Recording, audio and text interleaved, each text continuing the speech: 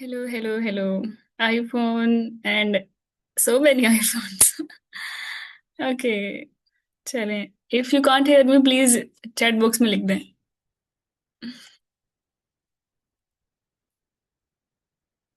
हम्म.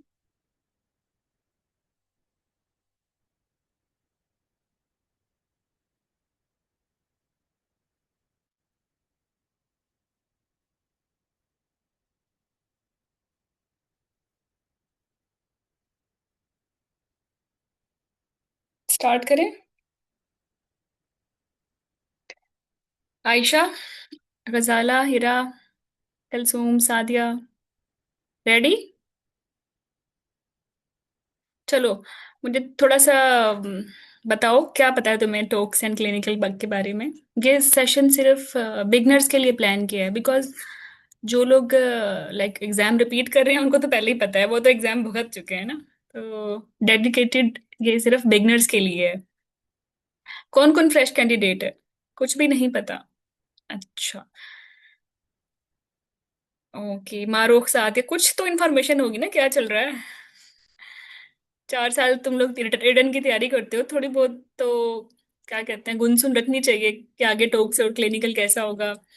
And एमसीपीएस 2 साल तो तुम लोगों के भी होते हैं, देख तो रहे होते हो ना, सीनियर्स आ रहे हैं, हिस्ट्रीज ले रहे हैं, चल तो कुछ रहा होता है, दिमाग में तो आ रहा होता है कि भाई ये भी हमारा एग्जाम होगा.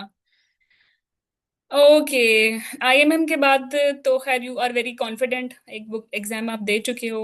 वही 12 स्टेशंस हैं. आईएमएम में 6 मिनट्स होते हैं, एफसीपीएस में आपके पास 12 मिनट्स होते हैं.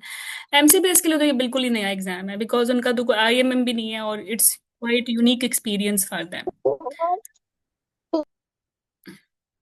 ओके. अच्छा, तो मेरे आज के मैं ज़्यादा टाइम नहीं लूंगी, सिर्फ अवेयरनेस प्रोग्राम है ये. थ्योरी आपका एग्जाम आई थिंक 21 को अभी आईएमएम का है, कल परसों एफसीपीएस एमसीपीएस का हो गया है. तो ये जो बिफोर थ्योरी टाइम होता है ना, this is really very very precious time, क्योंकि by default you are going to wait. And waiting time सारा स्ट्रेस एंजाइटी में आपका गुजरता है. तो इस टाइम को प्रोडक्टिव भी बनाया जा सकता है. हम्म. मीनिंगफुल बनाया जा सकता है. In either way the result, if it will come positive, आप टॉक्स की तैयारी में अहेड होंगे. You have learn so many things. और अगर खुदा ना खास्ता अपोजिट आ गया आपके एक्सपेक्टेशन से, तो भाई क्लिनिकल नॉलेज ही गेन किया है ना. और एग्जाम में 80% कॉन्टेंट थ्योरी का क्लिनिकल क्वेश्चंस होते हैं, उसमें भी तुम लोग फायदे में हो. और सबसे बेस्ट पार्ट ये है कि ये वार्म अप सेशंस बिल्कुल फ्री हैं, लाइक नो नीड टू पे.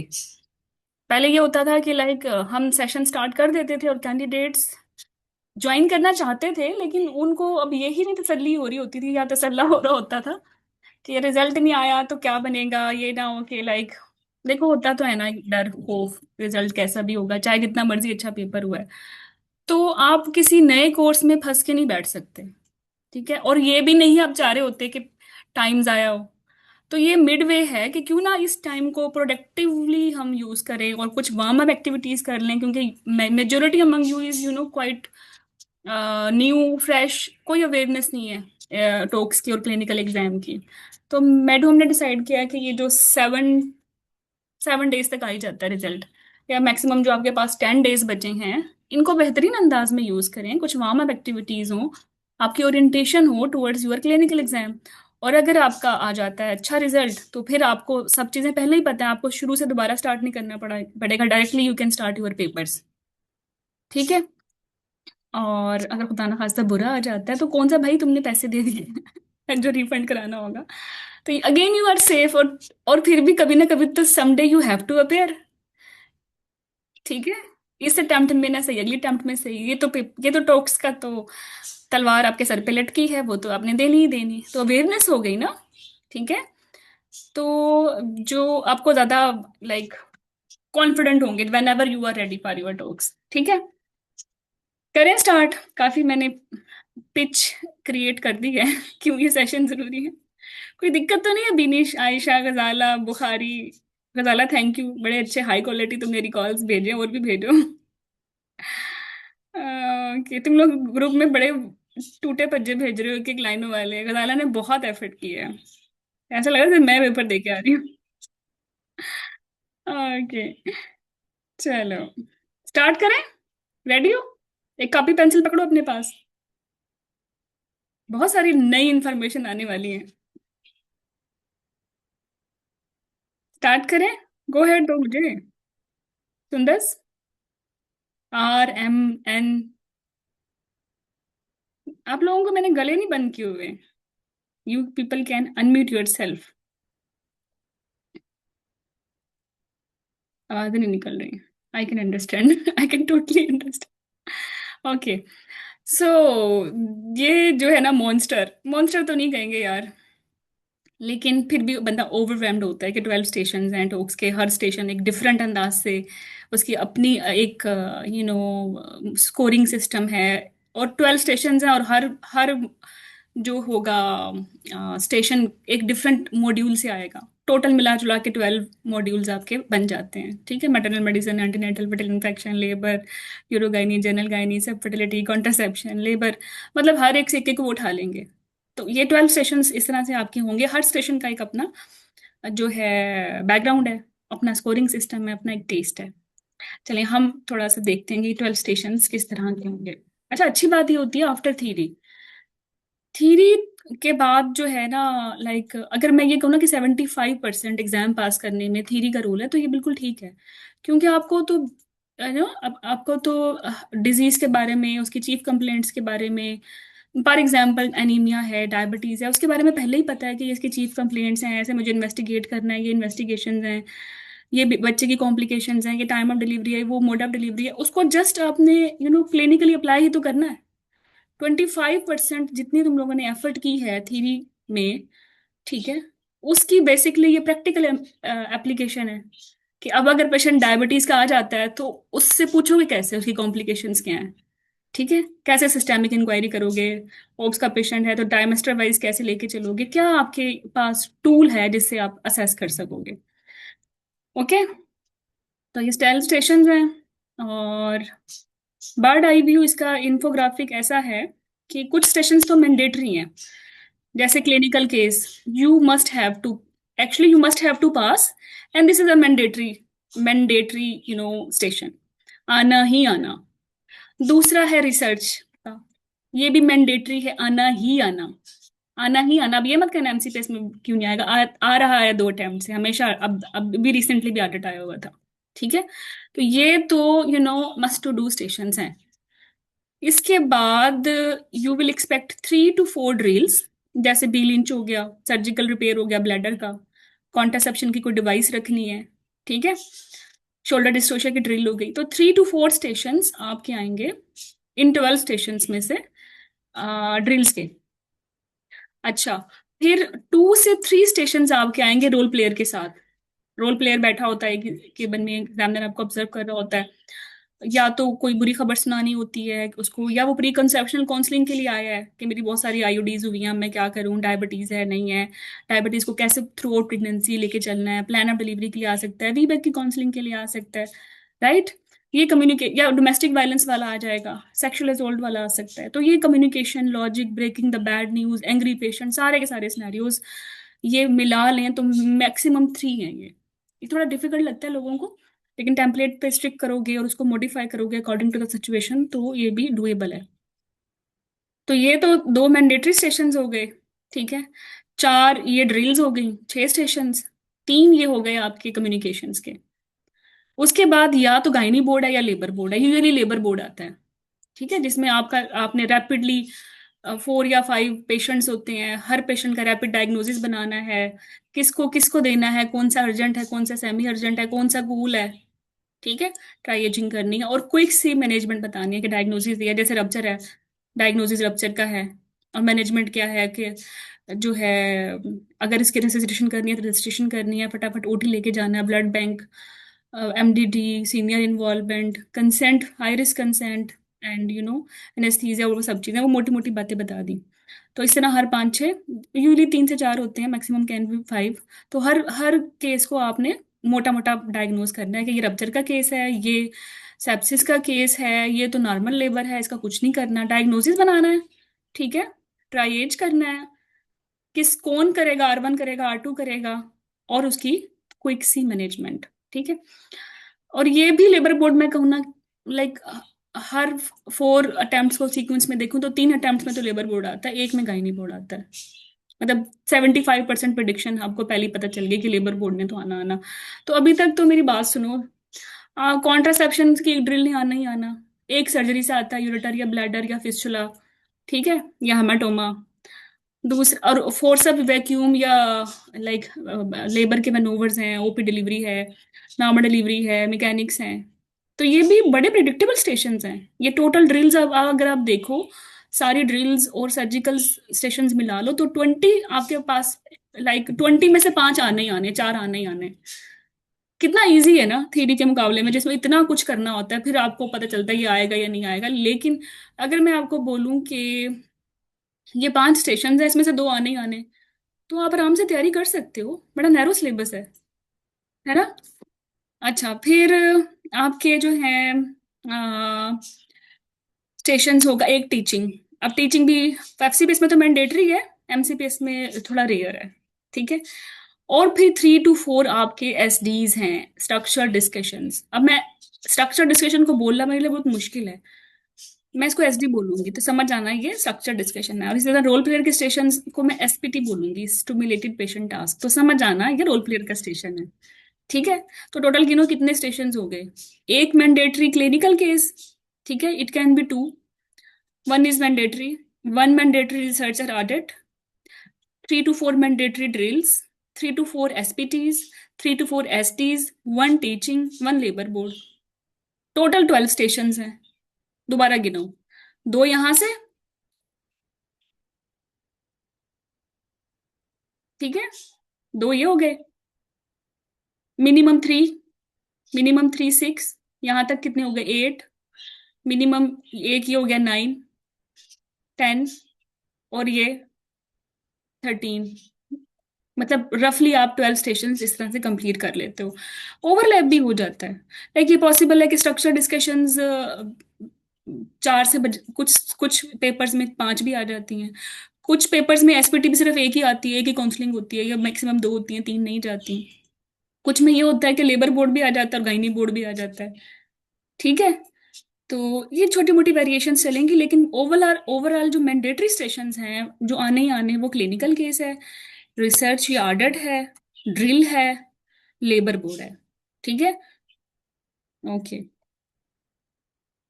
चले। तो ये जो आपका क्लिनिकल केस है, इसमें यूजली 12 + 12 24 मिनट का ये स्टेशन होता है, लिंक्ड स्टेशन होता है। एक केबल में जैसे एक आपका रोल प्लेयर है, ये आप हो, एक एग्जामिनर है वो आपको देख रहा है। फिर फिर जो दूसरा केबल है उसमें भी सेम सीटिंग है, लेकिन उसमें फिर पेशेंट नहीं होगा, उसमें सिर्फ आप होंगे और ये 2 एग्जामिनर होंगे, ठीक है। जैसे समझो इसी तरह का एक स्टेशन 1 है, केबन 1 है, दूसरा केबन 2 है। आप केबन 1 में एंटर हुए तो आपने देखा कि एक काउच पे पेशेंट बैठा हुआ है, तो समझ जाओ ये तुम्हारा क्लिनिकल केस है। उसमें उस पेशेंट की आपने हिस्ट्री लेनी है, एग्जामिनेशन करना है, ठीक है। फिर दूसरे आपने केबन में जाना है, वहां 2 एग्जामिनर बैठे होंगे, पेशेंट चला जाएगा उठ के, और उस पे आपने इन्वेस्टिगेशन और मैनेजमेंट डिसाइड करनी है। और हर रूम में या क्यूबिकल में आपके पास 12 12 मिनट्स हैं, तो टोटल 24 मिनट्स हो गए, ठीक है। समझ आ रही है यहाँ तक। हम्म। जी मैम। ओके, बाकी मैंने आपको बोला एसपीटीज, एसपीटीज में एग्जामिनर है, आप है और पेशेंट है, रोल प्लेयर है। स्ट्रक्चर डिस्कशन में कोई भी नहीं है, आप और पेशेंट, आप और एग्जामिनर, आप और एग्जामिनर, आप और एग्जामिनर, आप और एग्जामिनर। एसपीटी में 3 लोग होंगे मिनिमम, आप, रोल प्लेयर और एग्जामिनर। और क्लिनिकल केस वाले क्यूबिकल में 2 एग्जामिनर होंगे, एक केबिन में एक एग्जामिनर और एक पेशेंट, और दूसरे केबिन में 2 एग्जामिनर और इकलौते आप, ठीक है। तो जो एसपीटी का होता है उसमें क्या होता है कि जो एग्जामिनर होता है वो चुप करके बैठा होता है, उसने कोई नहीं बातचीत करनी होती। बास जगहों पे, जैसे अभी रिसेंटली 7 नवंबर को एक केस था इनफर्टिलिटी का, एफसीपीएस का ना, उसमें वो रेयर था मेरे लिए, कभी ऐसा हुआ नहीं है। तो उसमें ये था कि पेशेंट एसपीटी था, मतलब पेशेंट से हिस्ट्री ली इनफर्टिलिटी की, एंडोमेट्रियोसिस की। और फिर एग्जामिनर ने बाकी इन्वेस्टिगेशंस मैनेजमेंट पूछी, मतलब वो एक मॉडिफाइड किस्म का अनदर क्लिनिकल केस था। ठीक है। लेकिन उसमें पेशेंट का एग्जामिनेशन नहीं था, बैठे बैठे सारी हिस्ट्री लेनी थी। लेकिन ये मोटिफिकेशन हो भी जाए कोई रेयर सी, तो you are ready for this, आपने तो कमांड फॉलो करनी है ना। ठीक है। टेस्ट स्टेशन पे आप लोग तो आप ही होते हो ऑब्वियसली। और तो कोई नहीं होगा। ठीक है। तो again, mandatory फिक्सेशंस, clinical cases, research variables में 3 से 4 स्ट्रक्चर डिस्कशंस में आपको एक सिनेरियो पढ़ना लंबा चौड़ा सा। उसके बाद एग्जामिनर आपसे क्वेश्चंस पूछेगा, आपने आंसर करना है। तो मुझे सबसे अच्छा जो है ना स्ट्रक्चर डिस्कशन लगता है। क्योंकि जिसकी अच्छी थीरी है ना उसका एसडी नहीं जाता अगर उसको बोलने में कम्युनिकेशन के मसाइल नहीं है, उसकी टेम्पलेट्स रहती हैं। मुझे ड्रिल्स भी बहुत अच्छा लगता है क्योंकि सीपीआर करनी है, फोर्सेप लगाना है, ड्रिल्स पे अगर अच्छा टाइम लगा लिया तो वो भी 3 to 4 आराम से हो जाती है। रोल प्लेयर में थोड़ी ट्रिक है, थोड़ी सी ट्रिक है, लेकिन हम आपको ग्रूम कर देंगे, इतना इसको करवा देंगे। लेकिन इसमें मुझे लगता है कि हमसे ज्यादा आपको एफर्ट करने की जरूरत होती है, क्योंकि आपने कम्युनिकेशन में बोलना, अब कोई और परफॉर्म कर रहा है वो अलग बात है। जब आप पे सर पे पड़ती है, अब मैक्सिमम लोग तो एक्टिव लेते ही नहीं ना सीट, ऐसे भी लेते हैं। तो और फिर अपने स्टडी पार्टनर के साथ भी नहीं पढ़ते हैं। तो जब एग्जाम में जाते हैं तो आता सब कुछ होता है, लेकिन एग्जीक्यूट करना नहीं आ रहा होता। जब तक बोलने की प्रैक्टिस नहीं करोगे ना तो फिर कुछ भी नहीं होता। अगर मुझे कोई कहे ना कि 99% रीजन टॉक्स या क्लिनिकल के फेल होने की क्या है, तो मैं एक ही बोलूंगी, और वो है लैक ऑफ प्रैक्टिस। बिकॉज अब तो इतनी अवेयरनेस है, like every course is providing you a good study material. हाँ, बहुत सारी अच्छी बात है, बहुत ज्यादा लोग इस चीज में आ रहे हैं आपकी हेल्प करने के लिए। स्टडी मटेरियल तो सम हो पीपल प्रोवाइड यू, या आपके दोस्त ही प्रोवाइड कर देते हैं इधर उधर से। तो मसला स्टडी मटेरियल का तो है ही नहीं, मसला तो आपका है। आपको नहीं बोलना आता। कोई आपका मुखलिस वेंडर नहीं है जो आपको सुन के आपको बताए आपका क्या मसला है। हाँ, that is 99% reason of your failure, not the study material, not the template, everyone। मतलब कोई भी अच्छे कोर्स को ये चाहिए कि वो study material top notch, templates top notch पढ़ा दे, लेकिन वो आपको इंस्पायर कर रहा है, आप उसमें प्रेजेंट कर रहे हो, आप अपने स्टडी पार्टनर के साथ पढ़ रहे हो, दैट मैटर्स ट्रूली। ओके। तो 12 मिनट्स का स्टेशन होगा। 2 मिनट्स तो ऐसे ही लग जाएंगे एंटर होने में, बैठने में, अवेयरनेस में, अपने आप को देखने में, मरीज को देखने में, फिर स्ट्रेस को, सिचुएशन अवेयरनेस के, और अपने आप को कंपोज करने के, अप्रोच स्ट्रक्चर, वो कमांड पढ़ के खुद को रियलाइज कराने के कि भाई मैं किधर हूँ, क्या करना है, ये एसडी है, एसपीटी है, क्लिनिकल की से चल क्या रहा है। वो 2 मिनट तो वहां खत्म। और फिर परफॉर्मेंस टाइम है आपका, एक्टिव परफॉर्मेंस टाइम है आपका पास क्या, 2 मिनट। ठीक है, हर स्टेशन 12 मिनट्स का है, हर स्टेशन, वेदर एफसीपीएस, एमसीपीएस और एमएस। ठीक है। कुछ यूनिवर्सिटीज हैं they are exactly taking MS courses like MS exam like FCPS, कुछ ऐसी हैं जिनमें लॉन्ग केसेस होते हैं। ठीक है, मैक्सिमम तो एक ही पैटर्न है।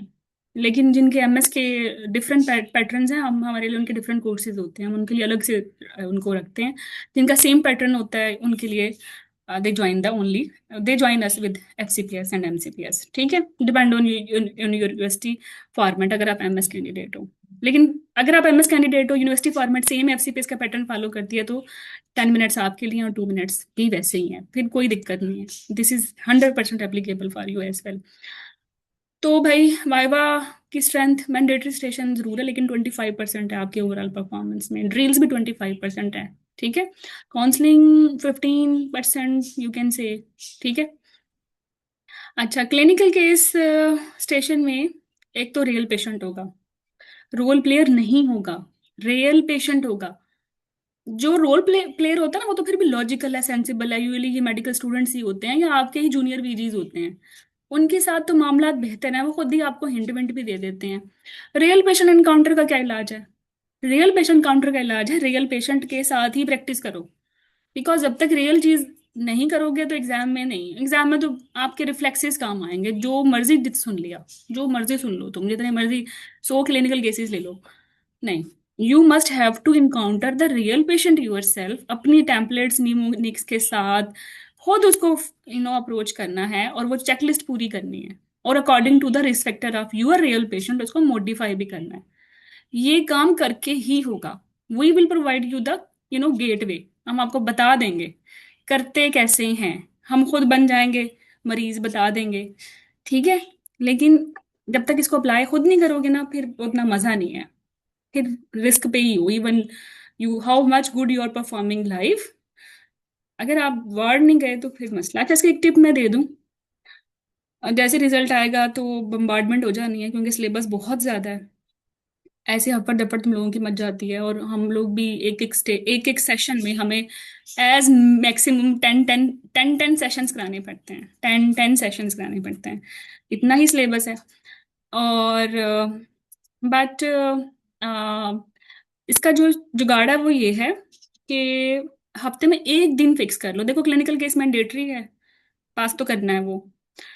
आ, तो हफ्ते में एक दिन फिक्स कर लो, जो भी नियर बाय हॉस्पिटल है, जो आपका, जहाँ आपने ट्रेनिंग की, वो ज़्यादा अच्छी बात है। उसमें जो ओपीडी डे है ना, उस ओपीडी डे में चले जाओ।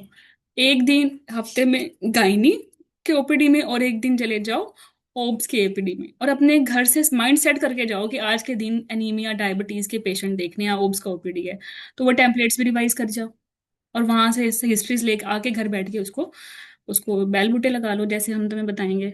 ठीक है, इसी तरह हफ्ते में एक दिन गायनी ओपीडी फिक्स कर लो, और अपने दिमाग में माइंड बना के जाओ कि आज मैंने एचएमबी या पीएमबी जो भी हाथ लग गया तो देखना है। और वो घर से करके रेडी जाओगे टेम्पलेट, तो वहां बहुत ज्यादा देर नहीं बैठना पड़ेगा, आगे रमजान भी है। ठीक है, समझ आ गई ये बात? नसरीन, सादिया, टेक्नो, भाई वीवो, यूसरा। हम्म। यस और नो? Yes ma'am. अच्छा, मेरे साथ पता क्या था, मैं तो बस, बंदा अपनी चीजों से सीखता है। मैंने सारे गलत काम पहले किए, सही बाद में किए। तो सुबह चली जाती थी, दो बेचारे छोटे छोटे बच्चे छोड़ के। और अब कुछ नहीं पता। अब वहां जाके जो भी पेशेंट मिल गया वो देखे ही जा रही हूँ, बस देखे ही जा रही हूँ। अब टेम्पलेट सेट नहीं, अब समझ नहीं आ रही पूछूं क्या। मतलब कोई स्ट्रक्चर ही नहीं है। और ऐसे महीना गुजर गया ना। तो वो तो खैर है, मेरा रिटर्न फेल हो गया। टॉक्स मुझे देना नहीं पड़ा।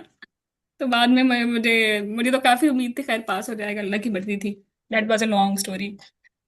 खैर, मगर तो फिर नेक्स्ट टाइम जब मैंने किया तो खैर मुझे एक्सपीरियंस तो हो गया था, धक्के खा खा के, कि ऐसे ऐसे तो नहीं चलेगा ये। फिर मैं घर से माइंड बना के जाती थी कि मुझे आज ओब्स के ओपीडी में जाना है, क्योंकि जो वार्ड में पेशेंट है वो तो हाथ लगाने नहीं देते, वो तो पहले ही छिड़े हुए होते हैं। बहुत सारे डॉक्टर्स उनको पहले ही देख चुके होते हैं। तो और वो डायग्नोसिस बना हुआ होता है, उसमें आपकी ब्रेन स्टॉर्मिंग नहीं होती। ओपीडी में तो रॉ केसेस होते हैं, आपने खुद डायग्नोस करना है, आप ज्यादा उसकी ब्रेन स्टॉर्मिंग होती है, वो रियल एग्जाम लाइक माहौल लग रहा होता है। अच्छा, तो वो आपको टच भी कराने दे देते हैं, एग्जामिनेशन भी कर सकते हो, बाय मैनुअल भी कर सकते हो। इवन वैसे बाय मैनुअल अब अलाउड नहीं है, वो फाइंडिंग्स देंगे आपको एग्जाम में, मैं आगे बताती हूँ। लेकिन आपकी क्लिनिकल अच्छी हो जाती है। तो अगर घर से ही डायबिटीज को पढ़ के चले गए हो, चेकलिस्ट बना के चले गए हो, तो ईजी हो जाएगा। ठीक है, ऐसे करना है तुम लोगों ने। वरना तो बहुत खबारी है ऐसे रैंडम इधर उधर, ये नहीं करना। तो ओके, फोकस हिस्ट्री। आपके क्लिनिकल केस में क्या होगा, फोकस हिस्ट्री में, अब मैंने बता रही हूँ 12 स्टेशन होंगे। अब मैं हर स्टेशन के बारे में थोड़ा थोड़ा बता रही हूँ आपको कि क्लिनिकल केस में आपकी कमांड 100% यही होती है कि आपने इसकी फोकस हिस्ट्री लेनी है, इसका रेलेवेंट एग्जामिनेशन करना है, एंड समराइज यूर फाइंडिंग्स। ये तो पूछना ही पूछना, जो पहला पहला कैबन है जहां आप जाओगे क्लिनिकल केस में, उसमें यही कमांड लिखी हुई होगी कि take focus history, perform relevant examination. बहुत ही अच्छे होंगे तो थोड़ा सा बता देंगे कि डायबिटिक है, नहीं वरना तो वो भी खुद ही निकालना पड़ेगा। और समराइज योर फाइंडिंग्स, ये यूएडी नहीं होता, but if it is written then you have to summarise. और मेरी मेरी आपको एक टिप है कि अगर आप केबन वन में समराइज करने की आपको कमांड नहीं भी है, अगर आप समराइज कर लो इफ यू हैव टाइम, तो सेकंड केबन में एंटर होते ही एग्जामिनर ने तो आपसे समरी पूछनी है। तो वहां आपका टाइम जो है ना बच जाएगा, आप समराइज कर लोगे, वो आपसे जितने क्वेश्चंस पूछेगा उसमें आपका फायदा है। बिकॉज नंबर ऑफ क्वेश्चंस वो पूरे करेगा तो आपको नंबर देगा, आप एक ही क्वेश्चन पे बैठे रहोगे, नो का जवाब नहीं दोगे, तो you will not be scored. Got it?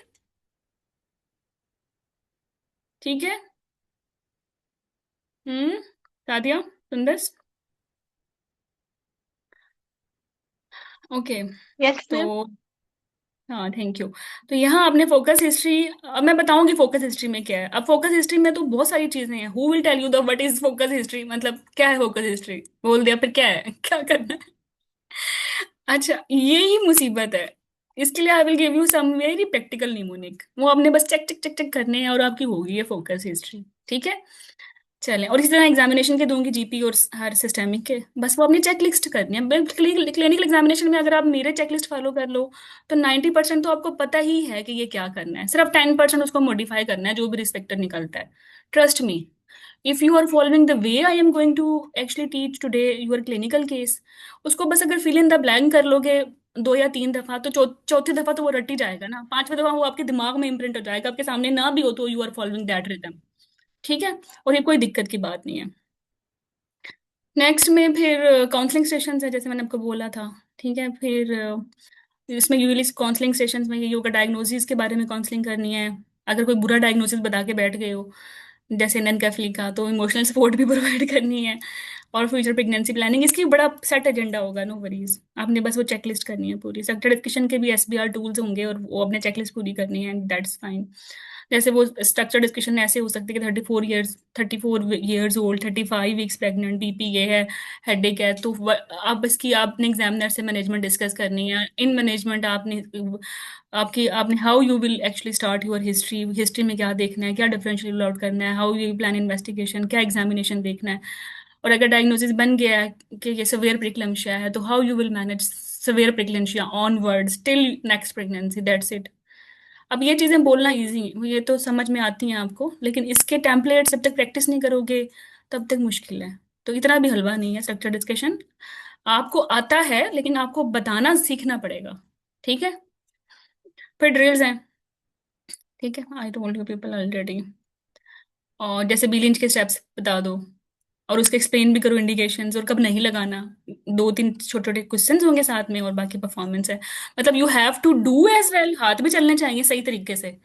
ये नहीं कि बीलेज लगाना नहीं आता, बोलना नहीं है कि मैं ऐसे लगाऊंगी, मैं ऐसे लगाऊंगी, मैं ऐसे लगाऊंगी, no no no no, you have to apply it सही तरीके से, सही पॉइंट से स्टिच लिया है, गुजरा है, नहीं गुजरा, ये भी करना है। और फिर सही नॉलेज भी होना चाहिए कि कब लगाना है, कब नहीं लगाना, क्या फॉलो अप है। ठीक है, टीचिंग स्टेशन, जैसे पेशेंट आ जाती है, जैसे पॉप क्यू की टीचिंग करनी है, उस टीचिंग स्टेशन में 2-3 स्टेशन क्वेश्चंस लिखे होते हैं नीचे, वो भी पढ़ने होते हैं, वो भी उसी उसी जूनियर को बताने होते हैं। और लास्ट टाइम भी यही हुआ था, पॉप क्यू का टीचिंग स्टेशन था। जी ब्रार। अनकम्प्लीट छोड़ के जा रहा हूँ, तो थैंक यू, मैं ले लेती हूँ। तो रोल टीच करना था, लेकिन उसमें रोल प्लेयर के लिए कुछ थे कि रोल प्लेयर को ये स्पेसिफिकली बताना है, ये ग्रिड बना के ना, ये पॉइंट्स। खैर तुमने बस अपनी 4 आंखें करना, दो नहीं तो वो नजर आ जाएगा, पूरी कमांड पढ़नी है। तो या ईसीवी, जो repeat extreme repeat teaching stations हैं, वो पॉप क्यू, ईसीवी और ब्रीच है अभी तक जो आप लोगों के पेपर में आया है। ठीक है, और पेसरी भी। तो फिर आपने इसकी भी टेम्पलेट है, ट्रस्ट मी। सबसे अच्छा स्टेशन ये टीचिंग स्टेशन होता है। एक तो इसमें जो बैठा होता है रोल प्लेयर, वो डॉक्टर ही होता है, वो बिल्कुल 100% आपके साथ इम्पैथेटिक और सिंपैथेटिक होता है। आप गलत कर रहे हो तो आपको लुक में भी दे देता है, और आपकी टेम्पलेट्स इतनी सेट होती हैं, वो उसमें सारा मॉडिफाई हो जाता है। ठीक है, ओके, फिर हाँ ये इसीलिए बतानी है। और ना उस पे लिखा भी होता है, एक पढ़ा होता है, डमी पड़ी होती है, वो डमी पे करके भी दिखाना होता है, अगर पॉप की पढ़ा हुआ ग्रिड भी पड़ी होती है, वो उसको यूज करना होता है। ठीक है, प्रॉम्प्ट्स बोलते हैं इनको। फिर ये लेबर बोर्ड है, 5-6 पेशेंट्स हैं, उनकी डिफरेंट वाइटल्स हैं, डिफरेंट सिनेरियोज और कहानियां हैं, आपने पहले डायग्नोसिस बनाना है। फिर डायग्नोसिस से समझ आ जाएगी कि अर्जेंट है, सेमी अर्जेंट है, और फिर उसकी कॉम्प्लेक्सिटी देख के समझ आएगी, जाएगी अक्रीटा है तो भाई एसआर कर लेगा, सीपीआर ही करना है तो चलो जो भी अवेलेबल है वो तो वही करेगा। ठीक है, और नॉर्मल डिलीवरी है तो चलो मिडवाइफ है या हाउस ऑफिसर है वो भी कर सकता है, या किसी को शिफ्ट कराना है वार्ड में तो वो चला गया। रिसर्च ऑडिट मैं ये खुद कराऊंगी आपको, and you will love it. Okay, ये भी मैंडेटरी है। और ऑडिट साइकिल किया था ना मेरे साथ, clinical governance, how was that?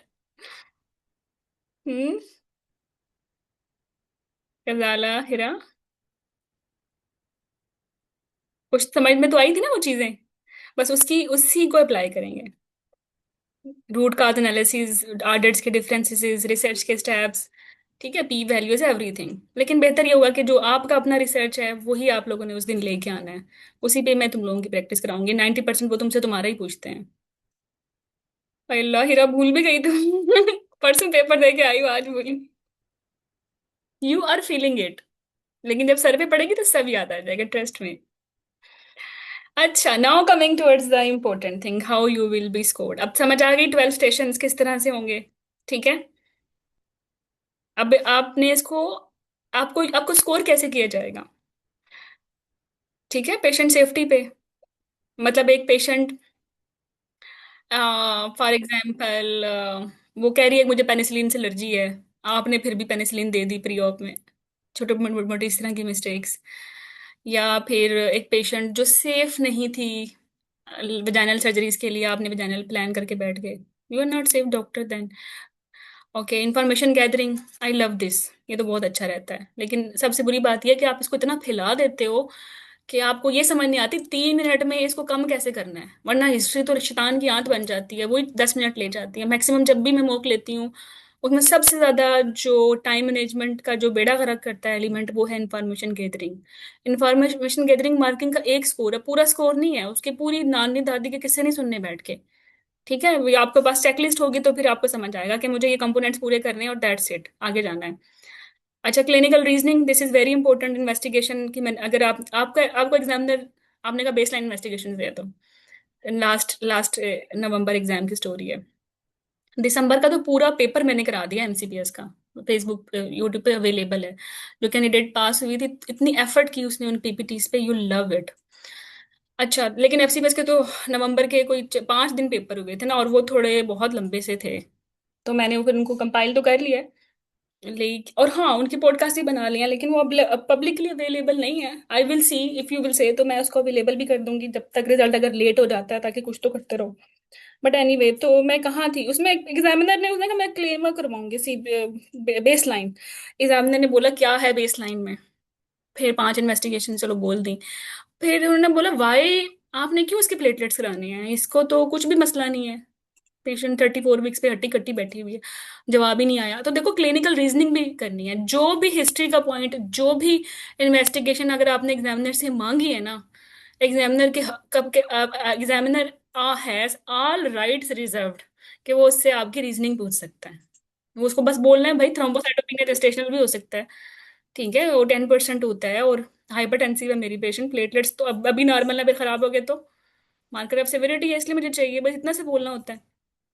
Anyway, बाकी प्रोफेशनलिज्म वेरी वेरी इंपॉर्टेंट। आज ही मेरे कंसल्टेंट ग्रुप में बात हो रही थी कि पेशेंट के हस्बैंड का एजोस्पर्मिया है, और हस्बैंड ने रिक्वेस्ट की है कि मेरी वाइफ को नहीं बताना आपने।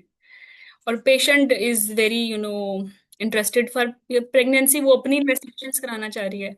तो अब प्रोफेशनलिज्म और अभी एथिकल आपकी ड्यूटीज किया हैं, वैसे तुम लोगों की क्या है, बताओ। हम्म। आ जाते हैं इस तरह के सिनेरियोज, बंदे को एचआईवी है, वो कह रहा है मुझे, मैं तो खुद नहीं बताता अपनी बंदी को। कब आपने कॉन्फिडेंशियलिटी ब्रेक करनी है, यू मस्ट नो। देखो, एचआईवी में कॉन्फिडेंशियलिटी ब्रेक कर सकते हैं अगर अगर हस्बैंड एडमेंट है, नहीं बता रहा या प्रिकॉशंस यूज नहीं कर रहा। लेकिन इनफर्टिलिटी में तो उसके उसकी अपना पर्सनल मैटर है। उस उस कॉन्फिडेंशियल को ब्रीच करके सोसाइटी को क्या फायदा हो रहा है। हम कॉन्फिडेंशियलिटी तब ब्रीच करते हैं जब सोसाइटी इन डेंजर हो। उसका सीमन, उसका जीरो काउंट वो नहीं बताना चाहता। Why, even wife has no right. और वाइस वर्सा, अगर वाइफ की कोई ऐसी मेडिकल हिस्ट्री है जो वो नहीं बताना चाहती अपने हस्बैंड को, आप अपने अपने पेशेंट की कॉन्फिडेंशियलिटी मेंटेन रखनी होती है। एनीवे, और कम्युनिकेशन, अगर कोई सैड सिनेरियो है उस पे यू शुड बी सैड। ठीक है, अगर कोई एक्चुअली एंग्री पेशेंट है, आपके एक्सप्रेशंस होने चाहिए। टीचिंग कर रहे हो उसमें एक्सप्रेशन फ्रेंडली लुक होना चाहिए, सख्ती से नहीं पढ़ाना। कम्युनिकेशन आपके, कम्युनिकेशन में सिर्फ ये नहीं कि how you are speaking, no no no, how how you actually are looking, what is your body language, हर हर चीज का स्कोर है। एग्जामिनर तो सामने बैठ के आपको जज कर रहा है ना, वो सिर्फ आपके वर्ड्स नहीं सुन रहा, आपकी शक्ल सूरत बॉडी लैंग्वेज हर चीज देख रहा है। ओवरऑल आपकी मार्किंग होती है इस पे। तो ये इस तरह से आप मार्क किए जाओगे। इस मार्किंग में मुझे ये बताओ, इसमें कहाँ रोल है कंटेंट का। सारा रोल तो परफॉर्मेंस का है आपकी। हाँ, आपको मैं अभी दे दूं ना पूरा क्लिनिकल केस डायबिटीज का, आज मैं दे दूं और मैं कल कहूं कि मैं ये सुनूंगी। आप अगर उसको परफॉर्म नहीं करोगे ना अपने किसी स्टडी पार्टनर के साथ, तो आप 12 मिनट में नहीं करोगे कल इसको। कल आपने ये मुझे पूरे 60 मिनट में करना है, वो भी गलत। हालांकि आपके पास स्टडी मटेरियल आपकी फ्रेंड ने भेज दिया आपको। या मैं खुद भेजती हूँ अब तो। खूबसूरत होना तो बहुत जरूरी है, लेकिन बातों में ज्यादा खूबसूरत होना है। ओके। हम्म। बातें ज्यादा खूबसूरत करनी है। हर स्कोरिंग पे ना, जब तक परफॉर्म नहीं करोगे ना, तुम्हें स्टडी मटेरियल, तुम्हें कोई बुक नहीं पास करा सकते। ना इधर ना इधर। इतनी ज्यादा इंफॉर्मेशन आपको कंटेंट में मिल जाएगी आपसे, तो वो 3 मिनट में ली नहीं जाएगी। खुद हिस्ट्री ले लेके आप बताओगे ये चीज इंपॉर्टेंट है, ये करनी है, ये फेंको पीछे। ठीक है। इसी तरह ये कर, जितना प्रैक्टिस करोगे उतनी टाइम। हम्म। ये चीजें तो कोई नहीं सिखा सकता। कम्युनिकेशन टाइम और इन्फॉर्मेशन गैदरिंग करनी पड़ेगी बच्चों। मुश्किल है जिंदगी आगे।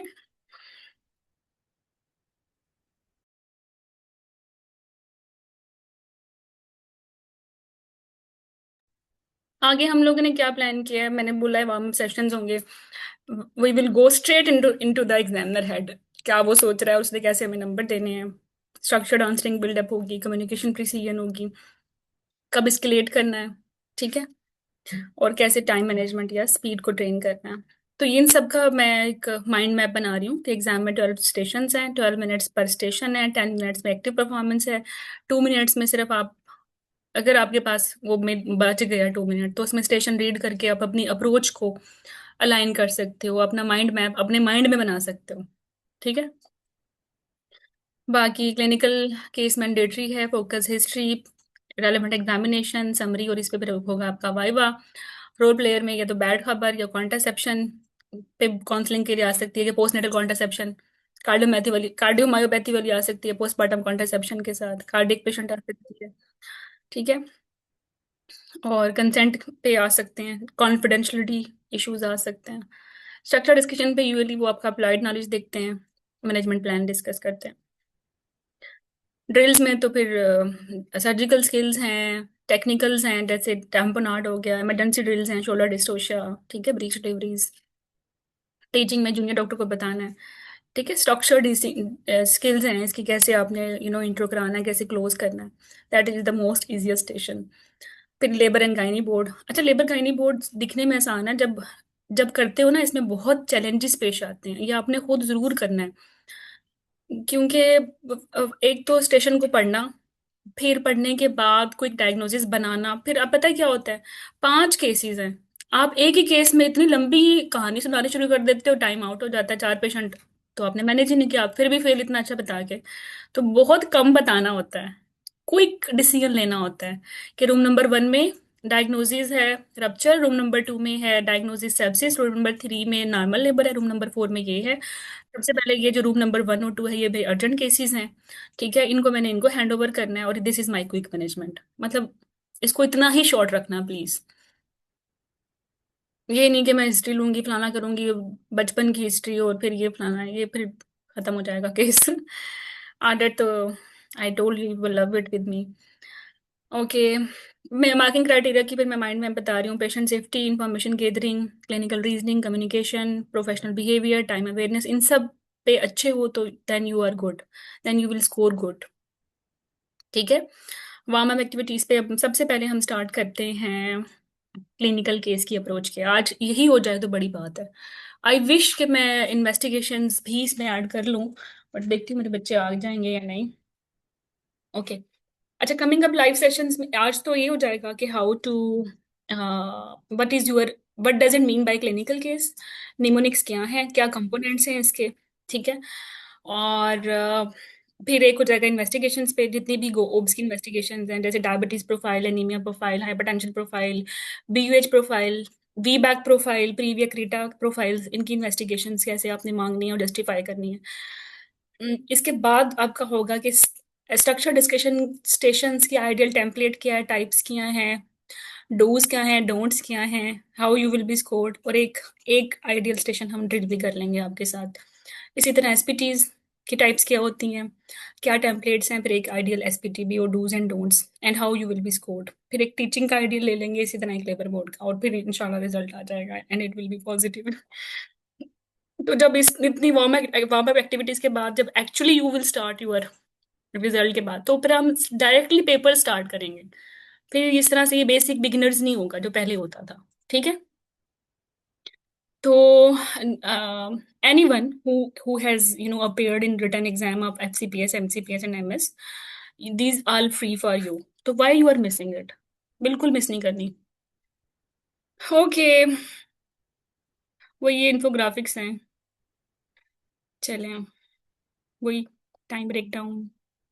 अच्छा, यहाँ ये बड़ी अच्छी बात लिखी हुई है कि एक्टिव परफॉर्मेंस तो 10 मिनट्स में आपने करनी है, 2 मिनट्स में आपने सिनेरियो पढ़ना है, प्लान करनी है अप्रोच, और कैच पॉइंट्स पिक करने हैं। ठीक है। Okay, we have done this.